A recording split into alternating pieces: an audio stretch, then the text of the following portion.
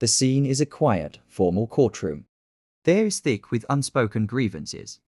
A petition to modify child support is about to be heard.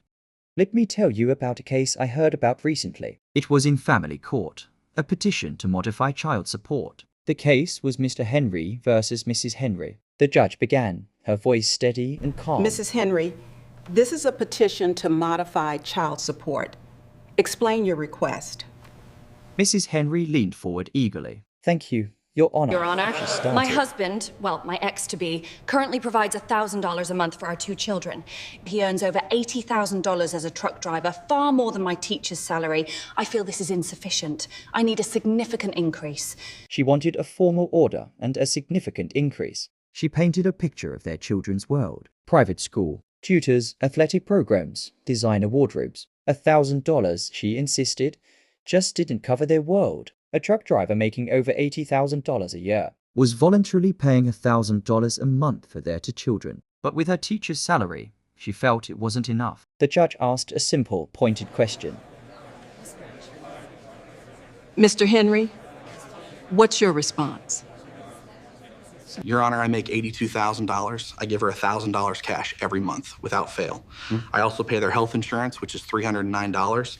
If she needs money for specific things, all she has to do is ask and show me a bill. But she just wants more cash. He pays this voluntarily. Mrs. Henry shifted slightly.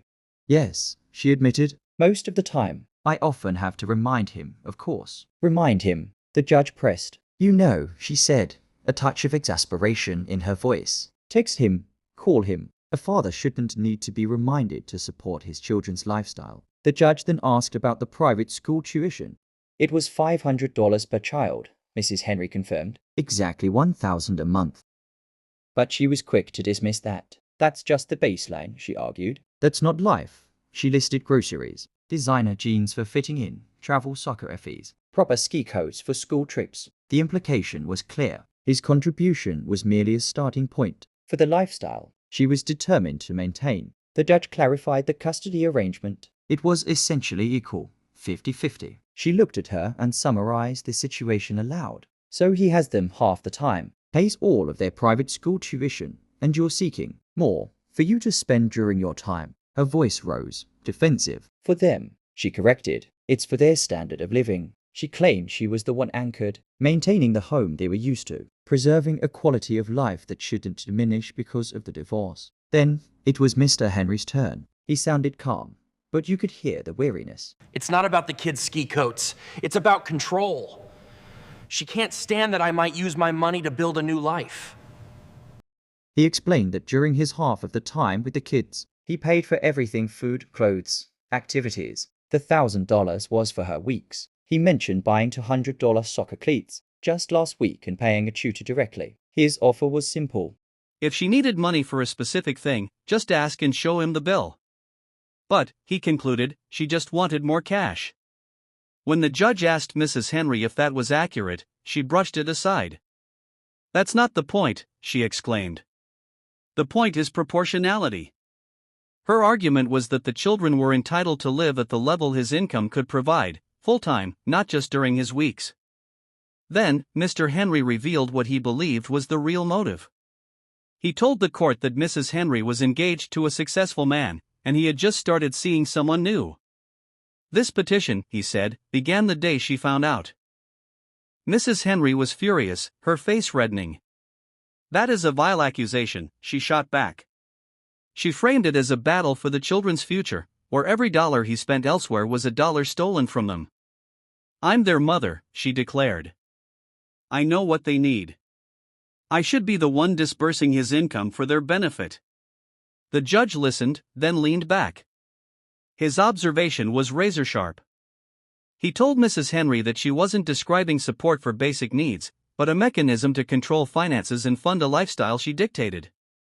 She wanted him to subsidize a luxury standard 100% of the time, while parenting 50% of the time. Mrs. Henry held her chin high. They deserve it, she stated firmly. He can afford it. Why should they suffer? The judge's response was definitive. Having 2 parents in separate homes is not suffering. Having your private school paid for is not suffering.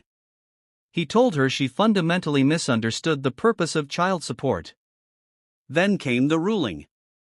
Mr. Henry would The full tuition of $1,000 directly to the school. He will continue to pay health insurance. Given the equal custody split, no additional cash child support is warranted. Your request for an increase is denied. Court adjourned.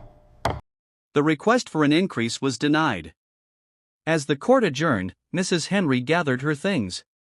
She leaned toward her lawyer and whispered, her voice thick with bitterness, "It's always the man who wins. He gets to keep all his money for his fun, while I do the real work. It's so unfair." And that was the case. To everyone listening, it laid something bare. It wasn't really about safety nets or necessities. It was about a view of child support as an entitlement, a tool to maintain a lifestyle and exert control long after the marriage was over. The judge's ruling drew a bright, clear line between supporting the children and subsidizing a parent's standard of living. The message in that quiet room was unmistakable.